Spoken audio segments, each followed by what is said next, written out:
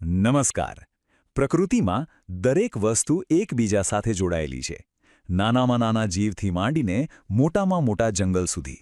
અને આ જટિલ જોડાણને આપણે નિવસન તંત્ર તરીકે ઓળખીએ છીએ.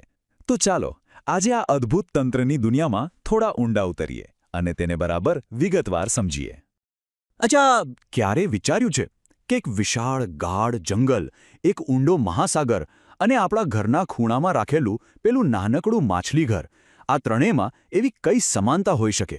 દેખાવમાં તો સાવ અલગ છે, નહીં? પણ જવાબ છે નિવસન તંત્રનો મૂળભૂત ખ્યાલ. ભલે એમના કદ અને પ્રકાર અલગ હોય, પણ એમને ચલાવતા જે નિયમો છે ને, એ એક જ છે. તો આજના આપણા આ સફરમાં આપણે સૌથી પહેલાં તો એ સમજીશું કે નિવસન તંત્ર કહેવાય કોણે. પછી જોઈશું કે એની રચના કેવી હોય છે અને એ કામ કઈ રીતે કરે છે. એ પછી ઉત્પાદકતા અને વિઘટન જેવી મહત્વની પ્રક્રિયાઓ પર વાત કરીશું અને છેલ્લે આ બધું ભેગું મળીને કેવી રીતે એક સંતુલિત દુનિયા બનાવે છે એના પર નજર નાખીશું. ચાલો તો શરૂઆત કરીએ આપણા પહેલા વિભાગથી અને નિવસન તંત્રની વ્યાખ્યાને બરાબર સમજી લઈએ. તો નિવસન તંત્ર એટલે શું? એકદમ સરળ શબ્દોમાં કહીએ તો આ એક એવું ક્ષેત્ર છે જ્યાં જૈવિક એટલે કે બધા જ જીવંત ઘટકો અને અજૈવિક એટલે કે નિર્જીવ ઘટકો જેવા કે પાણી, હવા, માટી એકબીજા સાથે સતત આંતરક્રિયા કરે છે. અને આ જ આંતરક્રિયા કોઈપણ નિવસન તંત્રનો પાયો છે. હવે આપણે અભ્યાસને સરળ બનાવવા માટે નિવસન તંત્રોને મુખ્યત્વે બે પ્રકારમાં વહેંચી શકીએ છીએ. એક છે સ્થળજ એટલે કે જે જમીન પર આવેલા છે, જેમ કે જંગલો, ઘાસના મેદાનો કે પછી રણ. અને બીજો પ્રકાર છે જલજ, જે પાણીની અંદર જોવા મળે છે, જેમ કે તળાવ, સરોવર કે નદીઓ. અને હા, આ વાત ખરેખર રસપ્રદ છે. એવું નથી કે નિવસન તંત્રો ફક્ત કુદરતી જ હોય. આપણે જે બનાવીએ છીએ, જેમ કે ખેતી માટેનું કોઈ ખેતર કે પછી ઘરમાં રાખેલું માછલીઘર, એ પણ પોતે એક નિવસન તંત્ર જ છે, કેમ કે ત્યાં પણ સજીવ અને નિર્જીવ ઘટકો વચ્ચે આંતરક્રિયા તો થાય જ છે. ચાલો હવે એ જોઈએ કે આ નિવસન તંત્રોની રચના કેવી હોય છે અને એ કયા મુખ્ય કાર્યો કરે છે.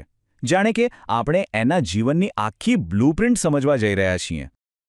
કોઈ પણ નિવસન તંત્ર હોય એના બે જ મૂળભૂત ઘટકો હોય છે. પહેલા જૈવિક ઘટકો, જેમાં બધી જ જીવંત વસ્તુઓ આવી જાય, વનસ્પતિ, પ્રાણીઓ, સૂક્ષ્મજીવો.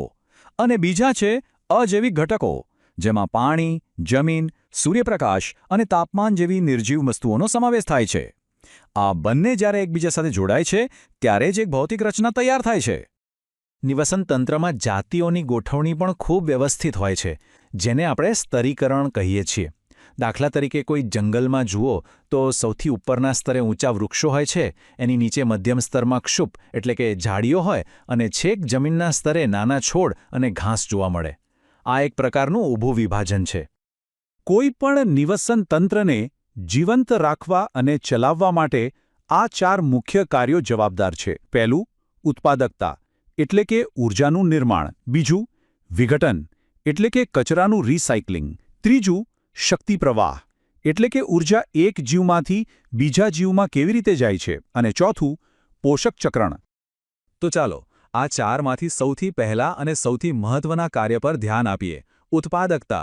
આને તમે નિવસન તંત્રનું ઊર્જા એન્જિન કહી શકો, કારણ કે આ જ નક્કી કરે છે કે આખા તંત્રમાં કેટલી ઊર્જા ઉપલબ્ધ રહેશે. પ્રાથમિક ઉત્પાદકતા એટલે શું? આ એ દર છે જે દરે વનસ્પતિઓ સૂર્યપ્રકાશનો ઉપયોગ કરીને પોતાનો ખોરાક એટલે કે જૈવભાર બનાવે છે. તેને સામાન્ય રીતે વજન એટલે કે ગ્રામમાં અથવા ઊર્જા એટલે કે કિલો કેલરીમાં માપવામાં આવે છે. હવે આને સમજવા માટે બે શબ્દો ખૂબ જ મહત્વના છે. પહેલો છે જીપીપી એટલે કે ગ્રોસ પ્રાઇમરી પ્રોડક્ટિવિટી. આ વનસ્પતિએ બનાવેલી કુલ ઊર્જા છે, પણ વનસ્પતિને જીવંત રહેવા માટે એમાંથી થોડી ઊર્જા તો વાપરવી પડે ને. આ વપરાશને શ્વસન અથવા આર કહીશું. તો કુલ ઊર્જામાંથી આ વપરાશ બાદ કર્યા પછી જે ઊર્જા બચે છે એ છે એનપીપી એટલે કે નેટ પ્રાઇમરી પ્રોડક્ટિવિટી. અને આ જે વાસ્તવિક ઊર્જા છે જે આગળ શાકાહારી પ્રાણીઓ અને આખા નિવસન તંત્રને મળે છે. આ સમીકરણ આખી વાતને એકદમ સરળ બનાવી દે છે. फ्रेंड्स, इस वीडियो को पूरा देखने के लिए आज ही फ्लेक्सी टीचर ऐप सब्सक्राइब करें, जहां आपको मिलेंगे animated videos, digital books, text book solutions, notes, DPP और क्विज. और हाँ, flexi teacher app mobile, TV और कंप्यूटर पर अवेलेबल है और अगर आपके पास इंटरनेट नहीं है तो तुरंत ऑफलाइन सेट टॉप बॉक्स के लिए संपर्क करें। Flexi teacher, the one you needed.